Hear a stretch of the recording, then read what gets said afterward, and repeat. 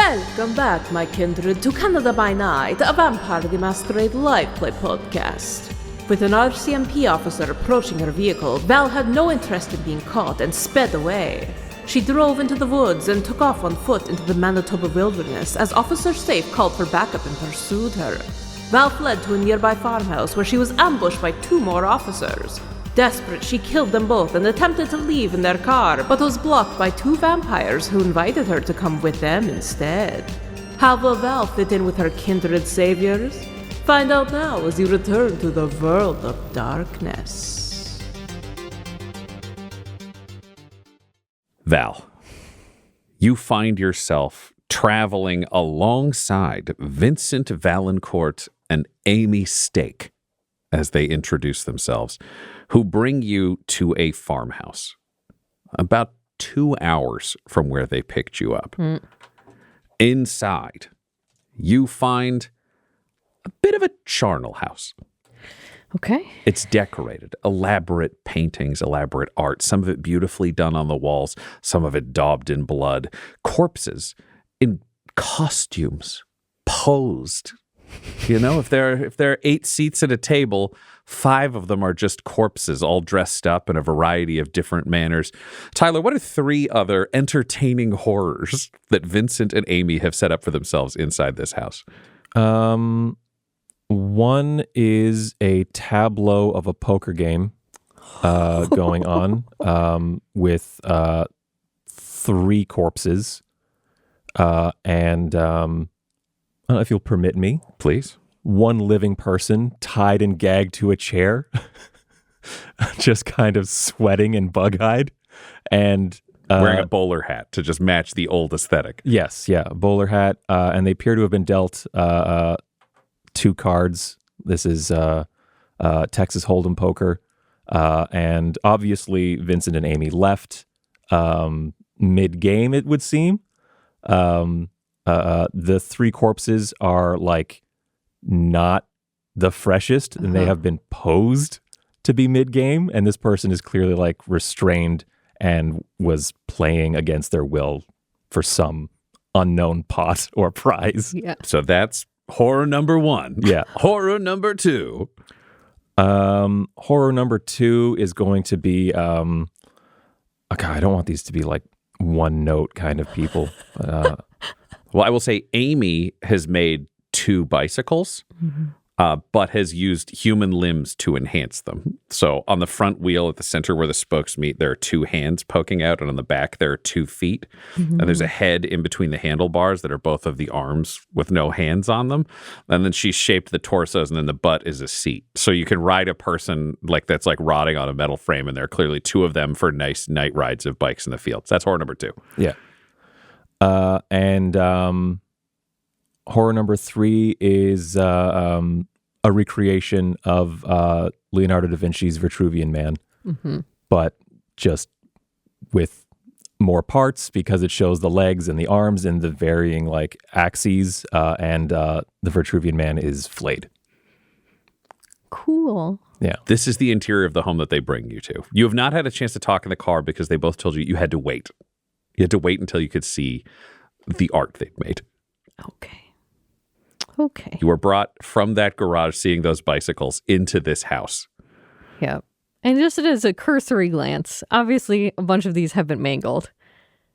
Can I determine cause of death? Like, have they been bitten, or is it just knives, or is it just... You are seeing no blood. There's no blood spilled from any of these corpses. So your guess would be drank first, playing with the food container afterwards.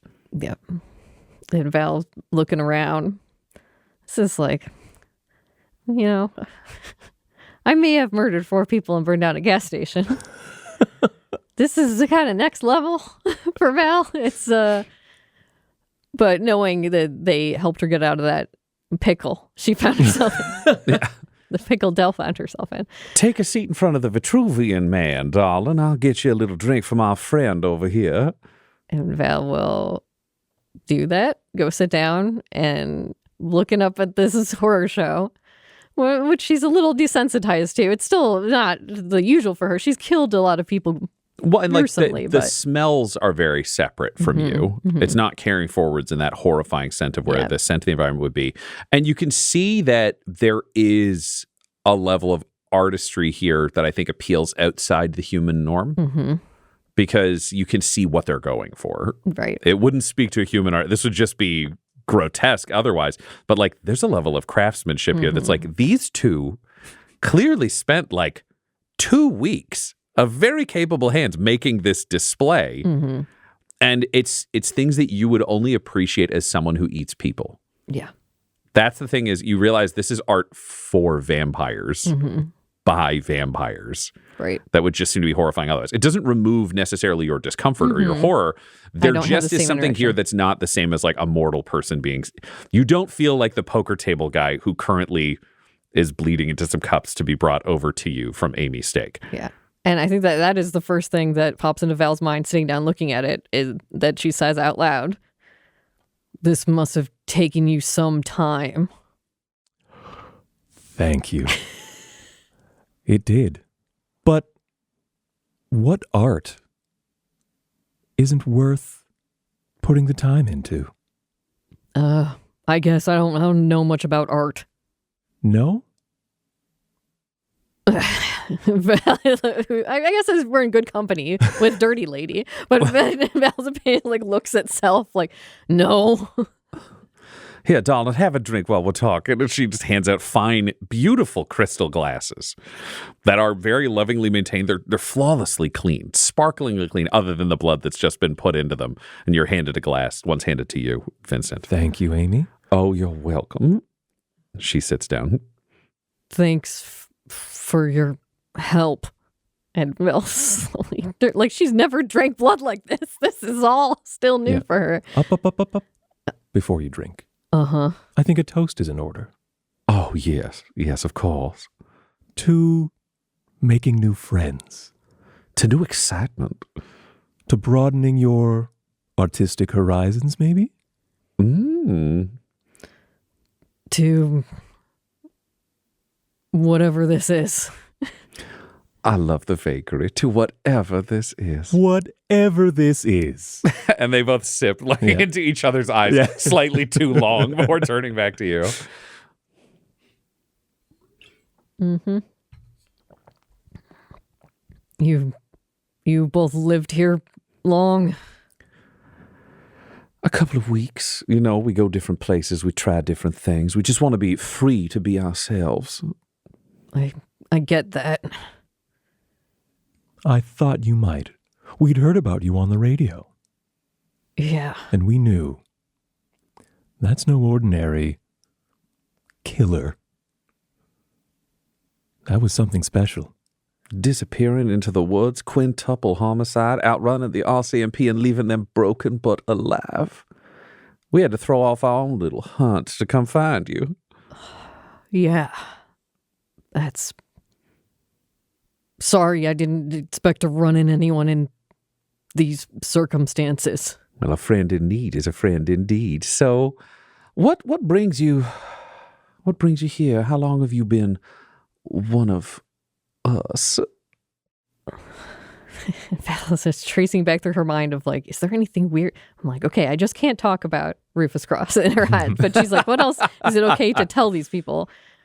But, you know, they saved her. It's sort of like, fuck it. Just, I don't know, like a year. Oh, you're just a little baby. That is so precious. We've always wanted a child. What's your name?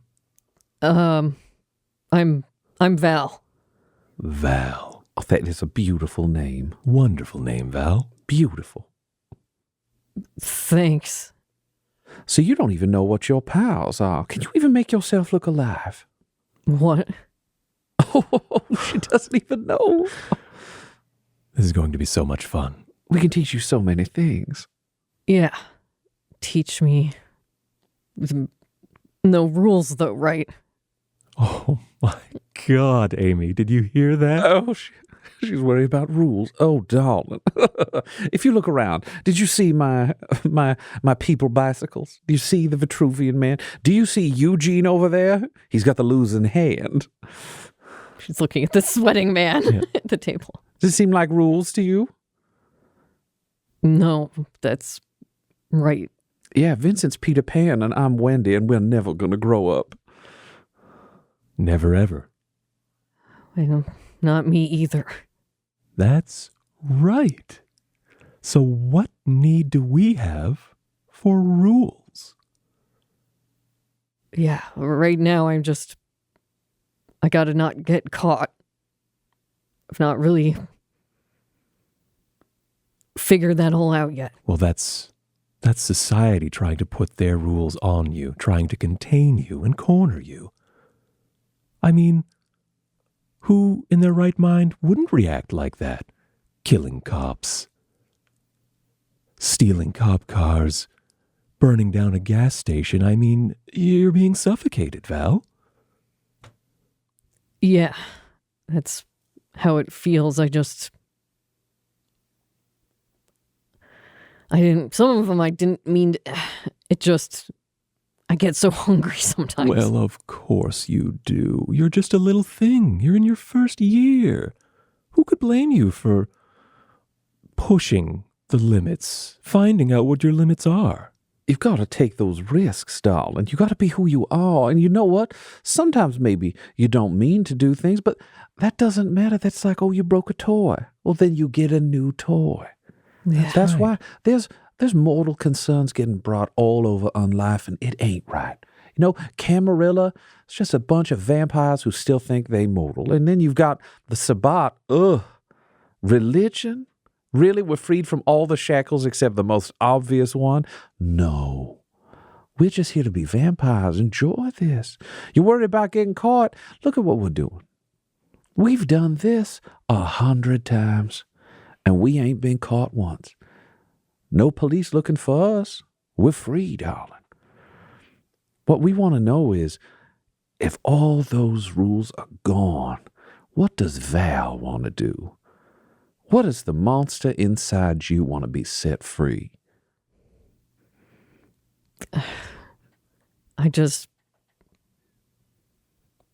Sometimes I just want to hurt people. Beautiful. A wonderful start, Val.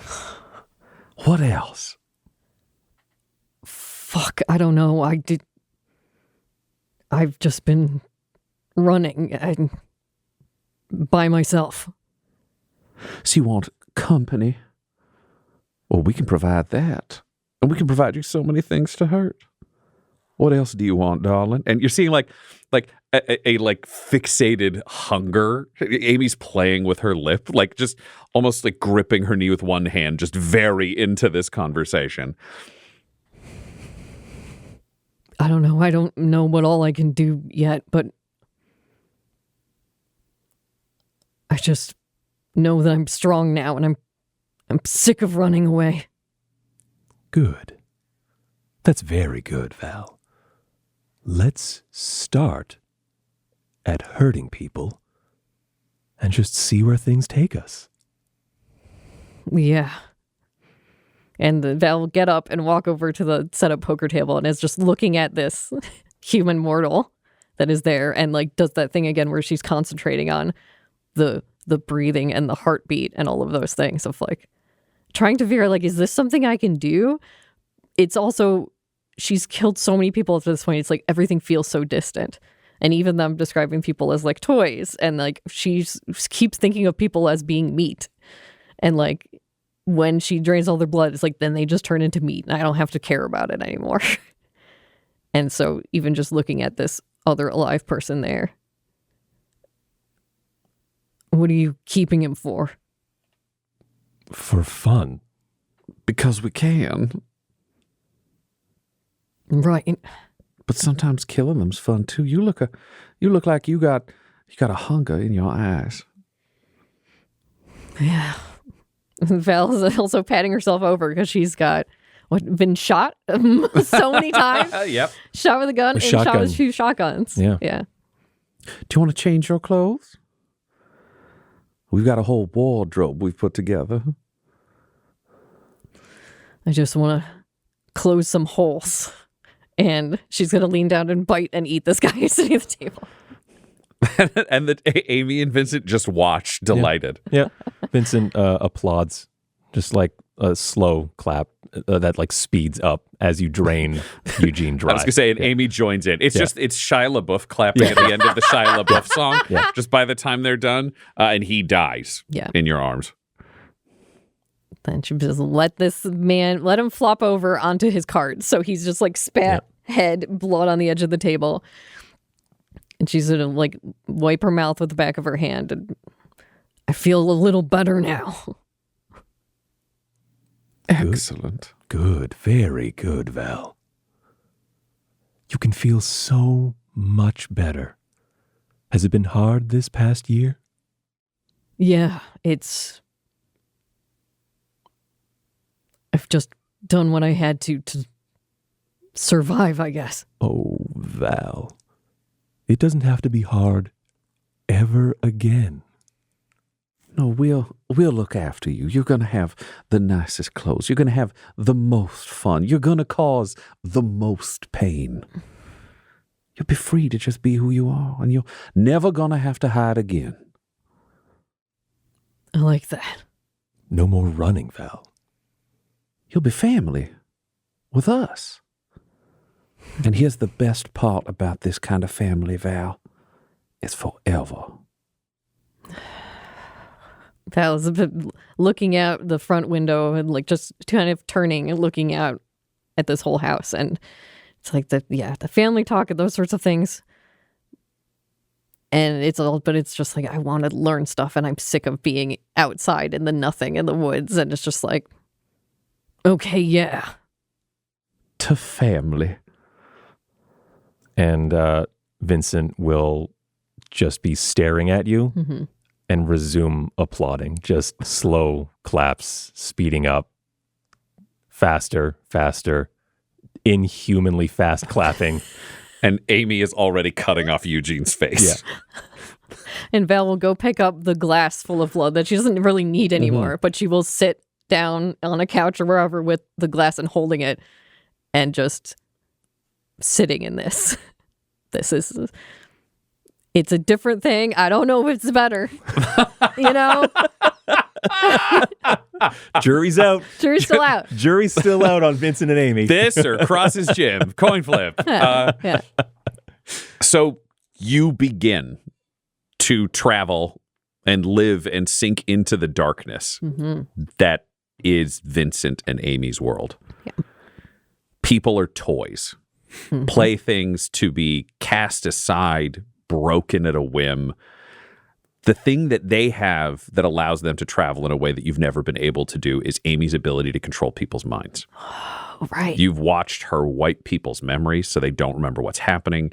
You've watched her replace memories. You've watched her give instructions so that she can tell police who come to the door that everything in here is fine and they should report back absolutely nothing.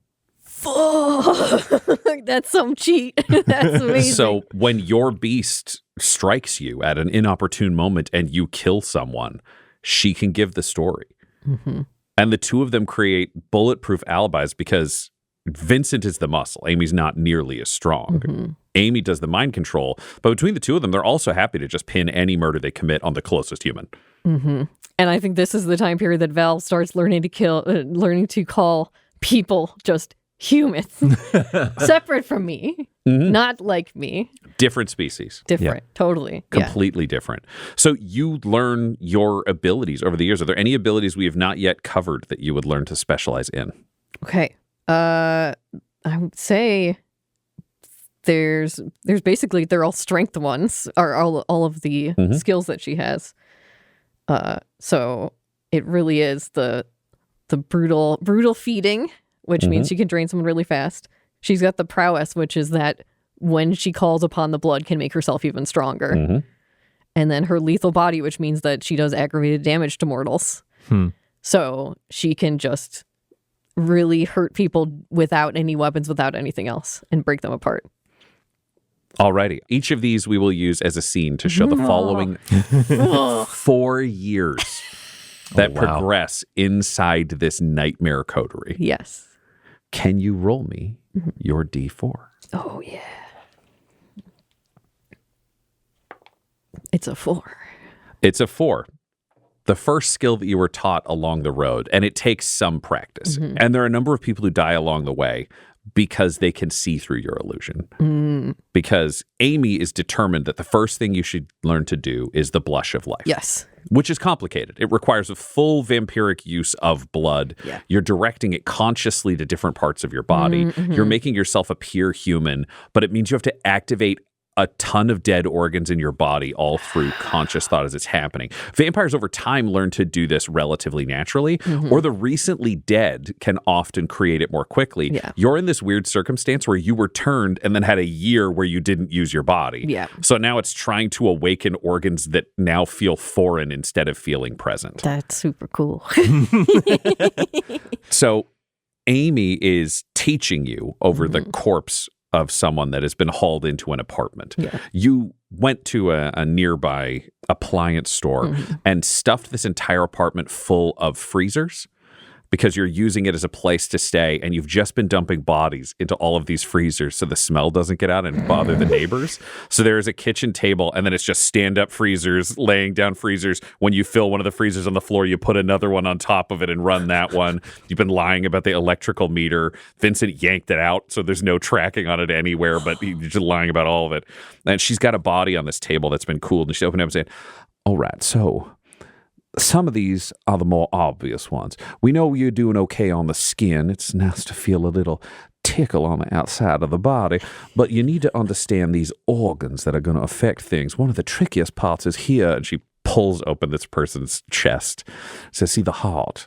Now, the trick with a heartbeat is you've been hearing them for some time, so you got some knowledge now, don't you? Yeah.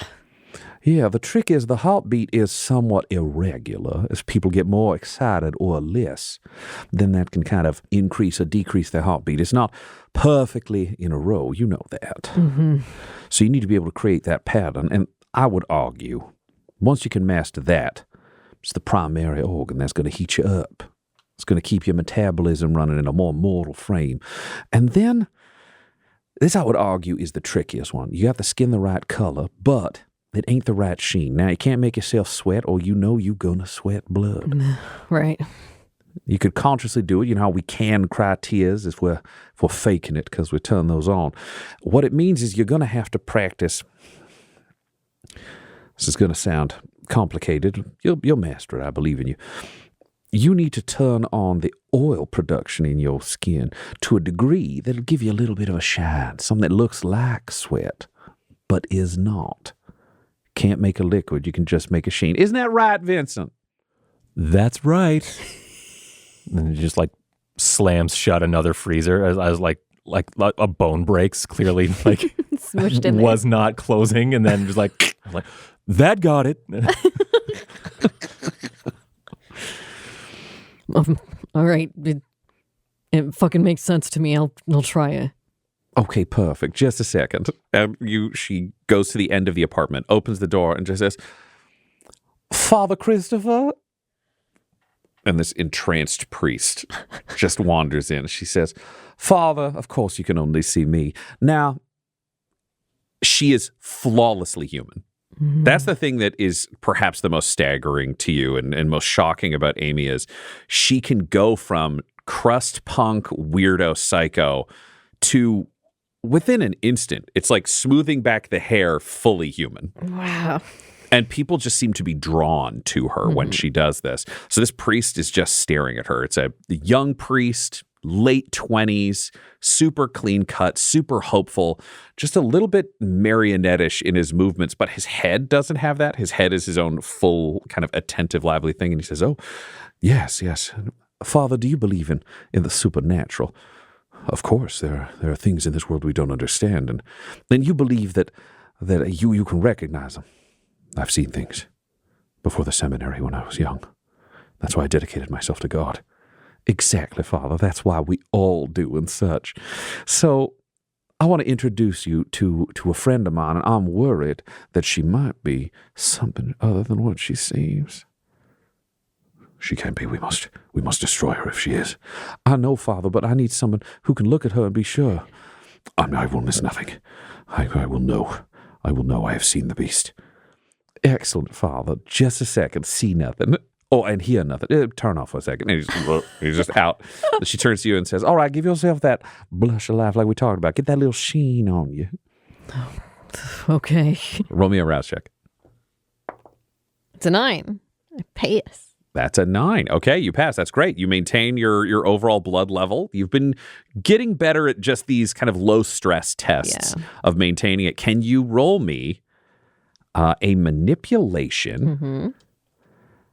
I'm leaning. Do you know what we'll say? A manipulation and subterfuge. Because I feel like this is just the vampiric version of a trick. Right. Okay. So I have 2 dice and no hunger. Great.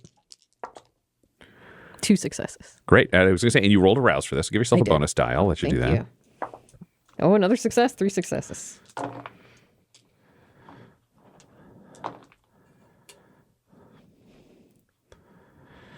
And the priest comes over, rolling his 6 dice and getting 2 successes. Oh! And he looks at you and says, you are the friend? Oh, yes, darling, she's the friend. You know, take it all in. If there's any sign of her being a beast, then tell us and we'll save ourselves from her. Then he looks you up and down. He reaches up a hand and he pulls back one of your eyelids to check the viscosity, like the liquid content and the blood within your eyes, and he feels your pulse. And he counts it out. And then he runs a thumb across your forehead. You'd never worked the sheen before, so this is a question for you: is can you manage oil production without blood? And he takes his thumb away, and you see it's a little oilier than you'd probably want. You'd probably aim for a little less in that you don't want somebody to touch you and be shiny, but he still looks at it. And then he takes your hand. He says, I'm so sorry. There's only one way to be sure. And he puts a hand up under your shirt against your stomach, and he just takes a second to check your temperature at your core. He says, You're human. She's human. Well, I have to ask, Father. I'm so sorry, but would you bet your life on that? Looks at you one last time, Val. Looks up and down and says, yes, I would bet my life. Well, darling, that's why you're going to lose it. Here's yours. Have your little treat. And Val will, since she's not actually hungry, is going to spooky neck break, turn his head around. Oh, that's nice. That's nice. I mean, I've wanted to see if we could do this successfully for a while without breaking the skin. Let's try to do the hips. She wants all his limbs flipped around. She's been trying to get you to help her with that. And it's just, you still break the skin on one of them. It's just how it works. Yeah. But, well, one day, maybe we got to find somebody who got all big and then got all tiny again afterwards. Someone with extra skin. We could do some cool stuff. And that's how you learn the blush of life. I love it. Woo! Yeah. Val's having a good, normal, happy time with her new friends. What's your humanity score as later in life, Val? It's later in life, Val. It is at the beginning of New Haven Adventures. New Haven Adventures was 6. And then I lost 1 over the course of that. And then you got it back. And I got it back. But it was 6. So that's like 6. Historically. So the nice thing is, you have 4 years with Vincent and Amy, and you have 4 points of humanity to have drained out of you at an incredibly rapid speed. Yep. So learning the blush of life in an Amy and Vincent style of teaching is what costs you your first point of humanity. And the years roll on. Yeah. Can you roll me a D4? 2. 2. Prowess. Yep. This makes sense as an ability that you would want to learn early before you could hone it to other abilities, but this is just the sheer overpowering brutality of strength that can be unleashed by a vampire, heightening their own abilities. That is a Vincent category, because Amy does the brainy things and Vincent does the horrible things. We are in a warehouse. And there are 4 corpses who have been like badly mangled and maimed, lying kind of on just in a heap in the middle of this warehouse kind of thing. It's like the big like pot lights in like older warehouses kind of thing. We're just standing in one of those circles of light. And there are 3 more living people who have all been tranced by Amy. And as this 4th kind of corpse falls to the floor, broken, Vincent says, "No, no, no, Val. You're still thinking like a human.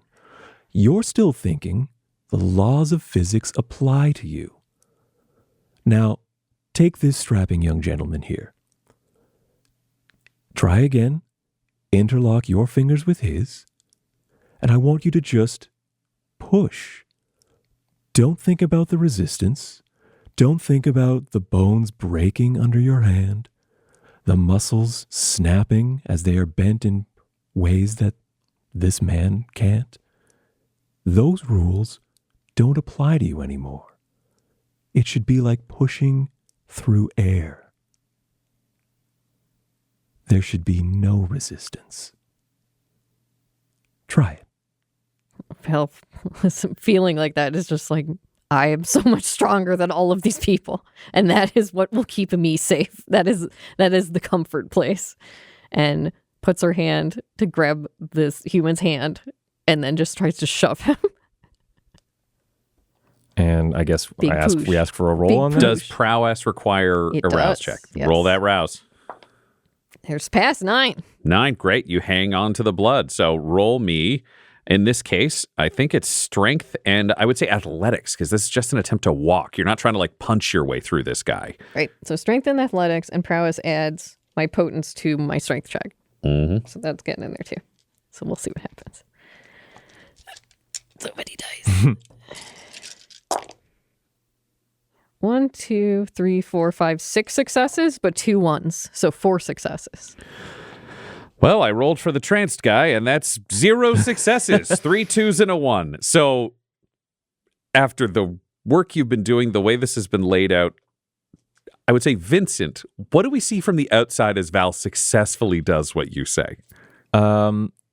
It's no longer like a crunching and snapping as a person's physical form gives way under like a powerful force. It is now like like putting your hand into pudding that has had like a bit of a skin that's formed on the top of it. So it's less like jagged breaks and more like just rippling as like the meat and gristle and bone kind of give way in one fluid movement. Yeah. And then there's just spatter of a man. Yeah. And Val will stand there. You're wearing parts of skin of a man. Yeah. Val will stand there and look at her hands. And Vincent is applauding, and he says, "That is what I've been talking about. Well done, Val." Yeah, it gets easier. Exactly. And it'll only get easier and easier as time goes on. Now, I'm very proud of you for accomplishing this in under 7 bodies. However, there are 2 people here still, so I don't think there's any harm in a little more practice, do you? Yeah, sure. They're just toys. That's right. And Amy comes in and says, oh, did you do it? Oh, Amy, it was beautiful. She passed with flying colors. Oh, darling, I'm so proud of you. But why don't we up the difficulty a little bit if you're going to continue? I'm listening. How about I let these last 2 know exactly what's happening, feel it, and be able to talk while it happens? What do you think, Val? You think you can do it while they screaming? This is the when you know sometimes when you fall in with a bad crowd because you're lonely and there's no one there for you, and man, it really is. Well, isn't necessary. She does like people to be scared of her. That is comforting. She doesn't necessarily like all the gruesome stuff, but it is that like they're so positive and supportive. They are proud of you for everything you do. Yeah. And that there is just something intoxicating about that, of just, okay, there's no rules, who cares? But it's not just them being creepy monsters. They seem to care about each other, and they are helping her and praise her. So it's just like, whatever weird feeling she has about what they're doing to people, it's like the positive things kind of override that. And I think it is a level of throwback of like, I had years being on a team with people and I liked that. Even though these are not people she would have ever picked. It's like, well, yeah, you this spent a is who year I as have. a lonely, abandoned, desperate serial killer. Yep. And now you're in the darkest version of the Addams Family possible. Correct. Yeah. And so them talking and screaming and like all that stuff, it turns Val's stomach more than anything else. But so she will look at Amy and then look back and says, I bet I can kill him faster than you can do that. And then punches these people to death. Great. You just brutally murder them. The second one, Amy is fast enough to be able to turn their mind so they realize what's happening and beg you to stop before you do it. And then they die super fast. Yeah.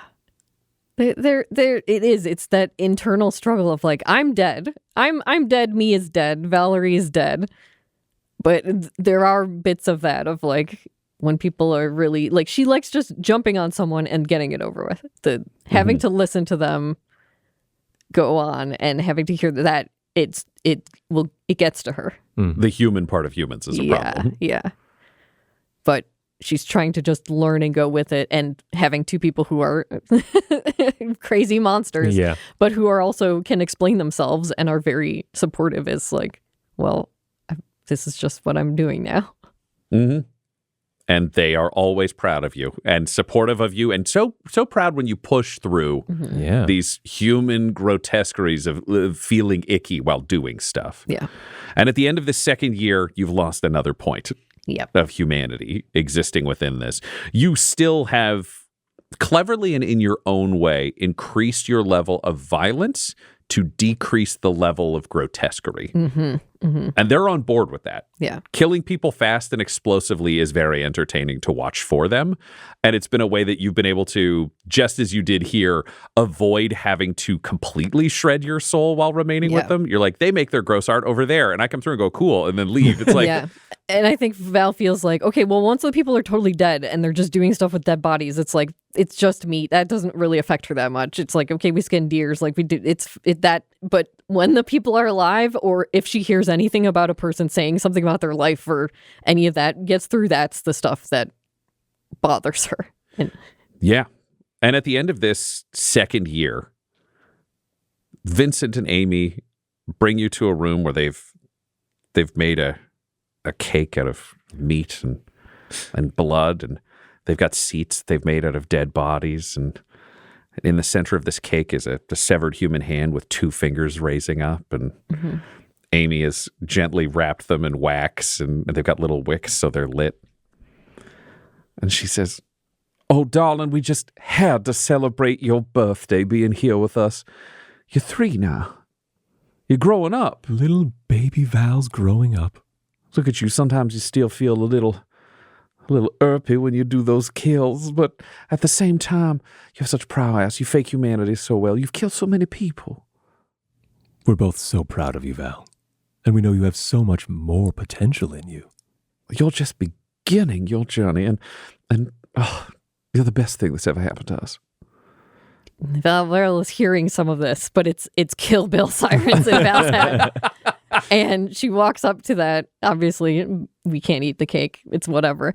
But she walk up to it, pick it up, and then hurl the cake against a wall. And it says, "I fucking hate birthdays." I love her so much. You get more and more beautiful every day, Val. We got you a gift. Vincent picked it out. Vincent.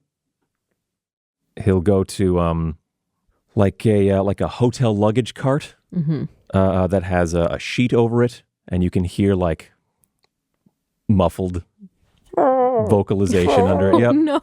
And he'll wheel it out and he'll say, I made this for you. I know that our artistic pursuits are sometimes lost on you. But I see how you do things. I see how you tear into your toys. I've seen how you break your playthings. And before I show you what I have for you here, my latest work of art that I'm going to let you play with, I wanted to know something. Have you ever heard of ghouling? No, what's that? Oh, it's delightful.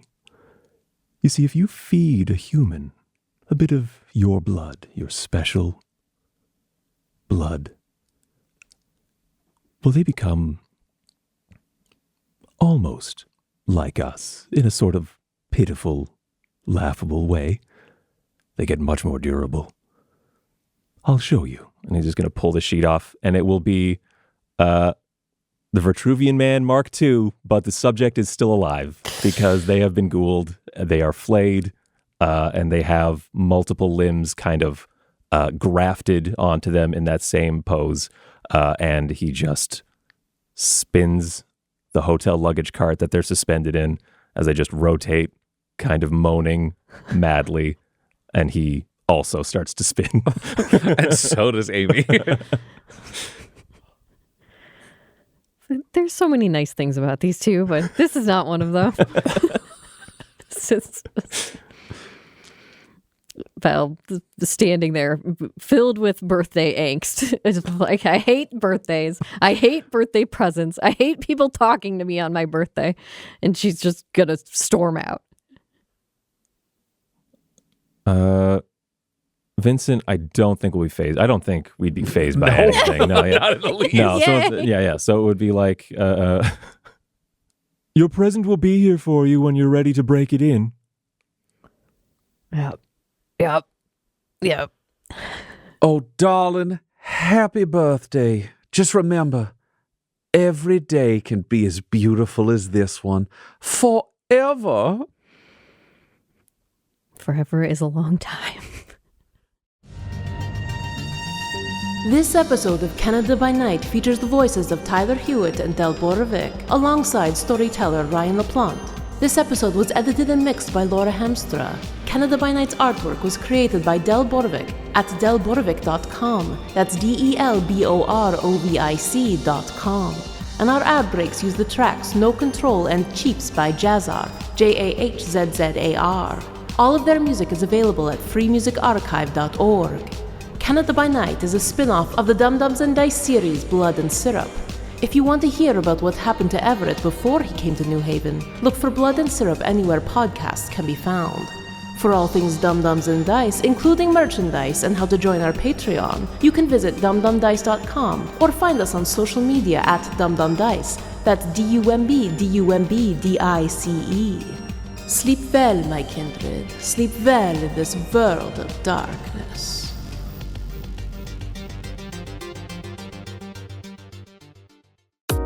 Dum Dums and Dice has to give a special thank you to the supreme beings of our Patreon at this time: George Dolby, Gavin and Abby McDonald, Fire Unfriendly, Grandma Likes D&D, Alan, Stabby Stranger, Alarain Okapi, Madre de Gatos, Mithrian, Garbo Ape, Sam Schaefer, Waffle Marine, Dia De Los Hoodless, Squishy Werewolf, Remy Funky Head, Accent Therapeutic Services in Florence, Kentucky, Lael, Jordan Oliver, Richard Wright, Brittany Fenwick, Megan Werner, A Man Out of Time, Curtis at FingerTechRobotics.com, Panda24NN, Shendra D, Your Homeboy Bones, Ellis Hatch, Odigenous, Kai Koa, Squire Solaire, Sandy Sassy Pants, Amira Lockhart, James Molina, Nick Hemsing, Alex LaFountain, Nikki Blake, Seth Cambron, Corpse Knight Silver, Adam Mir 101, The Dankler, Anti-Core 7, and Jill and Noel LaPlante. If you want your name to be added to this list, you can join our Patreon too at patreon.com/dumbdumbdice. Thanks to them, and a little bit of thanks to you.